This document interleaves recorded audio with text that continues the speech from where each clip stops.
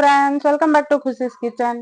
આજે હું તમારી સાથે ભાખરી, થેપલા કે પછી ફરસાણ તેમજ જમવાની થાળી સાથે સર્વ કરવાથી ખાવાનો સ્વાદ બમણો કરી દે એવા વઢવાણી આથેલા મરચાની રેસીપી શેર કરીશ.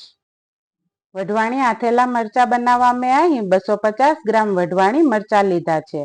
મરચાને આપણે તાજા અને કડક હોય તેવા જ પસંદ કરવાના. મરચાને આપણે સારા પાણીથી ધોઈ કોરા કરી લઈશું. તેમજ એક બાઉલમાં 2 ટેબલ સ્પૂન મીઠું અને 1 ટેબલ સ્પૂન હળદર મિક્સ કરી લઈશું. હવે મરચામાં હળદર મીઠું ભરવા માટે આપણે મરચામાં ઉપરથી નીચે સુધી આ રીતે કટ લગાવી દઈશું.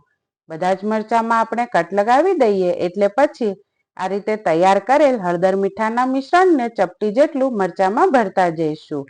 મરચામાં હળદર અને મીઠું ભરવાથી તેની તીખાશ થોડી ઓછી થઈ જશે અને અથાણું આખા વર્ષ માટે સારું પણ રહેશે. મરચામાં હળદર મીઠું ભરાઈ જાય એટલે બાઉલને ઢાંકીને 1 દિવસ માટે રેશ આપી દઈશું અને વચ્ચે વચ્ચે 2 થી 3 કલાકના ગેપમાં આ રીતે ફેરવી લઈશું જેથી બધા મરચાં સારી રીતે કોટ થઈ શકે. 1 દિવસ પછી મરચાં સારી રીતે હળદર મીઠા વાળા થઈ જશે એટલે મરચાંને એક કોટનના કપડા પર આ રીતે 2 થી 3 કલાક માટે સૂકવી દઈશું. આ મરચાંને તડકા કે પંખા નીચે સૂકવવાની જરૂર નથી. ત્યારબાદ બાકી વધેલ પાણીને આપણે ઉપયોગમાં નથી લેવાનું, એ પાણીને આપણે ફેંકી દઈશું. ત્યારબાદ હવે મરચાં સુકાય ત્યાં સુધી આપણે વઢવાણી મરચાં આથવા માટે મસાલો તૈયાર કરી લઈએ. એક પેનમાં 1 ટેબલ સ્પૂન મીઠું શેકી લઈશું જેથી તેમાં ભેજ ના રહે. વધારે મીઠાની અહીં જરૂર નહીં પડે કારણ કે આપણે પહેલેથી જ હળદર મીઠામાં મરચાં રાખ્યા હતા.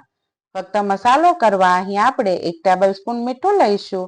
મીઠાને 1 મિનિટ માટે શેકી પ્લેટમાં ઠંડુ થવા માટે કાઢી લઈશું. ત્યારબાદ તે જ પેનમાં 2 ટેબલ સ્પૂન જેટલા મેથીના કુરિયા અને 2 ટેબલ સ્પૂન ધાણાના કુરિયા 2 થી 3 મિનિટ માટે શેકી લઈશું. જો તમારી પાસે ધાણાના કુરિયા અને મેથીના કુરિયા ના હોય તો તમે આખી મેથી કે આખા ધાણા પણ લઈ શકો છો. 2 થી 3 મિનિટ પછી તેમાં વરિયાળી એડ કરી ફરી 1 મિનિટ માટે શેકી લઈશું. ત્યારબાદ તેને પણ ઠંડુ કરવા માટે અલગ મૂકી દઈશું. ત્યારબાદ તેમાં 3 ટેબલ સ્પૂન રાઈના કુરિયા એડ કરી 2 થી 3 મિનિટ માટે શેકી લઈશું. શેકવાથી તેમાં રહેલ ભેજ નીકળી જાય છે અને અથાણા આખા વર્ષ માટે સારા રહે છે. રાઈના કુરિયાને શેકીને પણ ઠંડા કરવા માટે એક પ્લેટમાં અલગ લઈ લઈશું. મસાલો થઈ જાય ત્યારબાદ આપણે 1/4 કપ સિંગ તેલ ગરમ કરી લઈશું. તમે અહીં રાઈનું તેલ પણ લઈ શકો છો. તેલ ગરમ થઈ જાય એટલે તેલને પણ ઠંડુ કરવા મૂકી દઈશું. તેલને આપણે વધારે ઠંડુ નથી થવા દેવાનું, આપણે અડી ના શકીએ એટલું ગરમ તો રાખવાનું જ. ત્યારબાદ હવે મિક્સર જારમાં ધાણાના કુરિયા, મેથીના કુરિયા અને વરિયાળીના મિશ્રણને એડ કરીશું.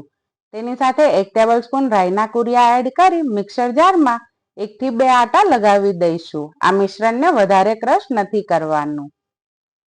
હવે આપણે મસાલો તૈયાર કરી લઈશું. તો એક બાઉલમાં રાઈના કુરિયા આ રીતે પહેલા લેયરમાં એડ કરીશું. ત્યારબાદ બીજા લેયરમાં આપણે મેથી દાણા અને રાઈના કુરિયા તેમજ વરિયાળીના મિશ્રણને એડ કરીશું. તેમજ ત્રીજા લેયરમાં મીઠું એડ કરી ચોથા લેયરમાં હળદર અને હિંગ એડ કરી દઈશું. ત્યારબાદ હળવું ગરમ હોય તેવું તેલ આપણે મસાલામાં એડ કરી આ રીતે બધી જ સામગ્રી મિક્સ કરી લઈશું અને મિશ્રણને થોડું ઠંડુ કરી લઈશું. બીજી બાજુ આપણા મરચાં પણ સરસ સુકાઈ ગયા છે. હવે મરચામાં આપણે તૈયાર કરેલો મસાલો ભરી લઈશું. આ રીતે મરચાંની વચ્ચે 1/4 ટેબલ સ્પૂન જેટલો મસાલો ભરી મરચાંની આજુબાજુ મસાલાથી કોટ કરી લઈશું. તેલના કોટિંગથી મરચાં લાંબા સમય સુધી સારા રહેશે. આ મરચાંમાં રાઈના કુરિયાનું પ્રમાણ વધારે રાખવામાં આવેલ હોય છે, તેથી તેને રાયતા મરચાં પણ કહેવામાં આવે છે. આ રીતે બધા જ મરચાંને મસાલાથી ભરી કોટ કરી લીધા બાદ વધેલા મસાલામાં એક તાજું અને કડક હોય તેવું લીંબુના 8 ભાગ કરી મસાલાથી કોટ કરી લઈશું. ત્યારબાદ લીંબુ અને મરચાંને ભેળવી દઈશું.